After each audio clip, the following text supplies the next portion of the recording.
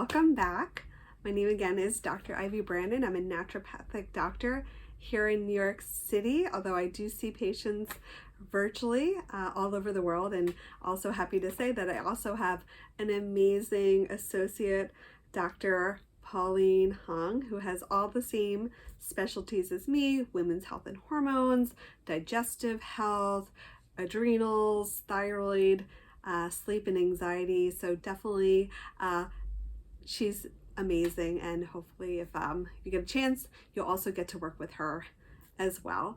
And we're continuing our series all on fertility and pregnancy in your 40s. Hopefully you've been able to check out some of our other videos on this topic, as well as some of our other topics. And if you feel like you've been missing things, you probably need to subscribe to our YouTube channel, because we're always putting out some very interesting content. Don't want you to miss it. And as always, if you like this video, don't forget to like it. And of course, I'm happy to answer any of your questions that you put in the comments. I welcome any kind of comments. So today we're going to talk about what are the chances of getting pregnant in your 40s, and is it actually possible? Well, I'm happy to say it is possible, because it happened to me. So I'm actually 43 years old, and this is week 34 of my pregnancy. But besides, obviously, working on my own fertility, I have also helped other women and their partners in their 40s get pregnant, either completely natural or up the ante when it comes to things like IVF and IUI. So to kick it off, is it possible to get pregnant naturally in your 40s? And the proper doctor answer is it depends, but I would say overall yes, as long as one, you're ovulating, meaning that you do release an egg relatively on a monthly basis, or you have predictable ovulation, that your fallopian tubes, which basically are connecting our ovaries to our uterus, are open, and then lastly, that there is a uterus. So if all these factors are in place, there's a high likelihood that it is possible to get pregnant in your 40s. So let's talk a little bit about ovarian reserve and eggs. So how many eggs does a woman in her 40s have?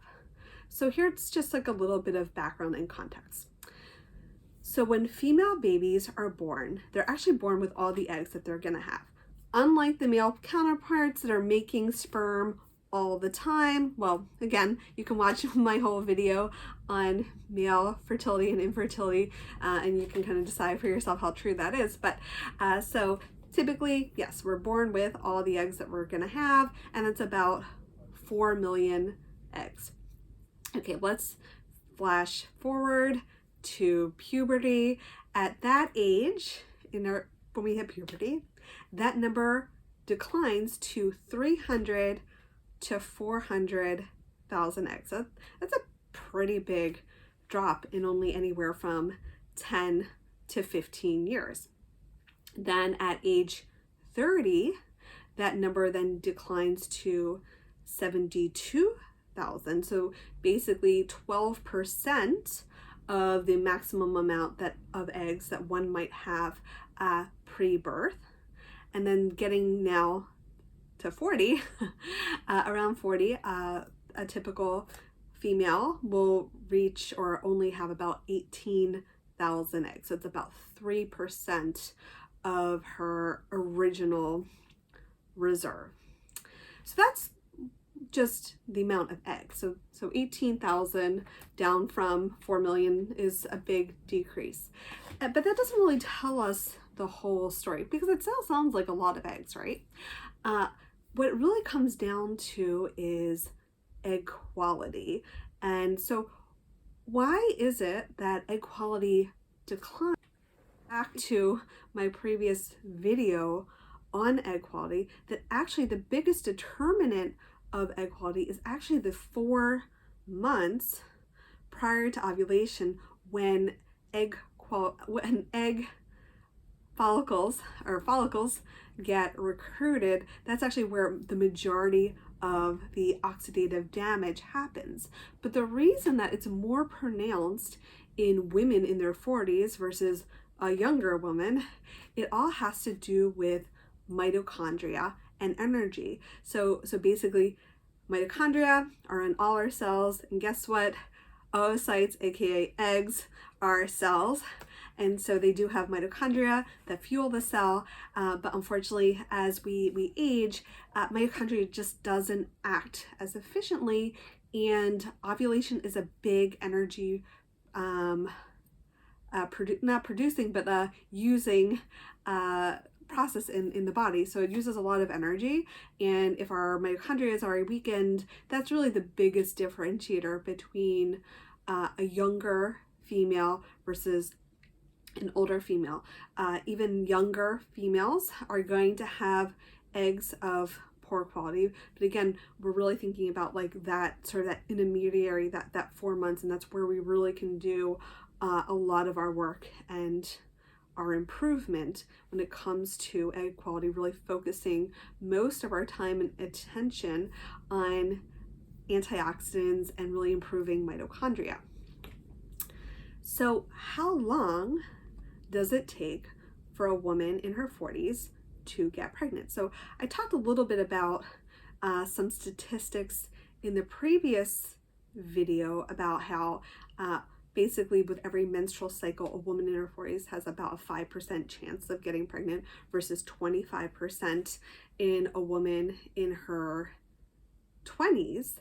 Now, kind of thinking again about like how long does it take to get pregnant overall in their 40s, definitely if you're trying, you and your partner are trying, and you're in your 40s and it's been over 6 months, that's the time you definitely want to make sure that both you and your partner to get evaluated, because it's not just about you, it's also about the sperm quality and the number and the morphology and the motility.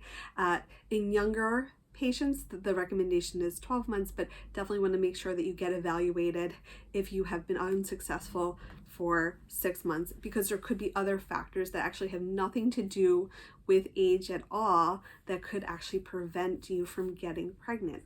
So then the other kind of factors that we're really looking at are, again, back to like any woman who comes through my practice, are you ovulating? If you are ovulating, how often? Again, because we don't know, every time you ovulate, you might be releasing a good egg or you might be releasing a bad egg. So we want to make sure that you are actively ovulating and predictably and often ovulating. The other, definitely like time of intercourse, making sure that you're evaluating when you're ovulating appropriately so you can time intercourse. So these are all like just like basic factors. But again, the biggest factor in women in their 40s, with everything kind of already equal, is really comes down to egg quality. So basically, egg quality being the biggest predictor on how long it will take for you to get pregnant if you're in your 40s. So if we're thinking about ways to improve fertility naturally after the age of 40, we really have to put a lot of attention onto egg quality and ovarian reserve. So I have talked in previous videos on the importance of, one, starting early. I'd say a minimum of 3 to 4 months prior to deciding to get pregnant, but ideally I would really say 6. And during that time period, a big emphasis is eliminating or radically reducing alcohol consumption, being very mindful of plastic, specifically plastic that gets in contact with our food and the beverages we drink, other toxins, things like phthalates, parabens, BPA, dioxin, which again, you can learn more about that in previous videos, as well as visiting the environmental working group. I find like that's just like a great resource for everything and anything toxic related. So definitely getting yourself aware of those. Then the other basic big things. And of course, like some of these supplements I'm recommending or mentioning, you can easily find them on my full script. And I have, if you ever go on my full script, I actually have specific protocols. So if you're like, if you watched a video and you didn't really understand, what supplements I was talking about, I have them actually clearly listed on my full script. So definitely a high quality multivitamin. I've been stressing the importance so much that you really do need to get folate on before pregnancy, and ideally the methylated form, because many of us actually don't even activate folate, and that can actually be a big barrier for actually both women and men to get pregnant. Vitamin D, zinc, iodine, selenium, these are all really important nutrients to make sure that your multi has. Also a very high DHA omega-3 product. So whether it's a vegan fish oil, well, it wouldn't be a fish oil, but like a vegan algae-based omega-3 product or a fish oil, make sure that it has at least 600 to 800 milligrams of DHA.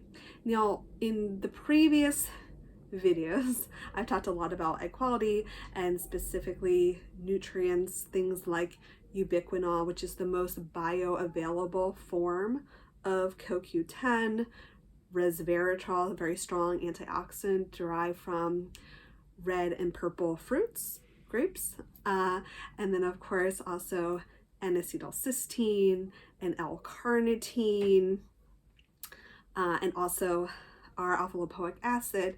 Now, because we kind of are talking a lot more about ovarian reserve in general, basically the number of eggs, and the way that we test ovarian reserve is either looking at AMH, which is anti-Mullerian hormone. That's one test for ovarian reserve. Also testing FSH, follicle stimulating hormone, at day 3 of your menstrual cycle. And then lastly, probably the best predictor would be an antral follicle count. So these are some of the predictors that we use, or the testing that we use to measure ovarian reserve. So if those numbers are very, very low, specifically if we're thinking like your AMH is like less than a 0.5, then one supplement in particular that could be a really big game changer, specifically if you're wanting to boost those numbers, that would be DHEA. So DHEA is one of our parent hormones. It is from this hormone that we produce testosterone, which then is converted over to estrogen. So these are really important building blocks of hormones. And when I'm specifically prescribing DHA in my practice, I like to pair that with pregnenolone. So there is a product by Douglas Labs, their DHEA Plus, because it also is balanced with pregnenolone. And the reason I like that, well, first of all, pregnenolone is actually our ultimate parent hormone, because besides it actually does produce DHEA, it also produces progesterone, which are, these are all the important hormones when it comes to fertility and maintaining a pregnancy. But the reason I also like that formulation in particular is that DHEA in some women can have some side effects that are not so welcome, things like breakouts, oily hair, and can actually, I usually would not prescribe DHA for a woman who has a history of polycystic ovarian syndrome or PCOS, because that can aggravate a lot of her symptoms, because it does have male hormone or androgen like qualities. So, but DHEA can be a big game changer. In fact, a lot of conventional fertility clinics, those that do IUI and IVF, have actually recommended DHEA for their patients. So hopefully you've been finding this helpful, and that you'll be able to put some of this information to practice and helping you on your fertility journey in your 40s. And of course, we're always producing more content, so don't forget to subscribe to the YouTube channel if you haven't already. And of course, if you like this video, don't forget to like it. Also, you'll find in the description there'll be links to my full script, so you can easily purchase any of the products that I talked about and get started as soon as possible. But if you're wanting some more specialized care, I highly actually recommend that you set up an appointment with us. Probably will be with Dr. Pauline Hoang, but she's amazing and you're going to be well taken care of. Anyway, hopefully you've been enjoying this series, and we will be seeing you next time with much more on this topic of fertility, pregnancy in your 40s, partly my journey that I'm sharing with you. And have a wonderful day.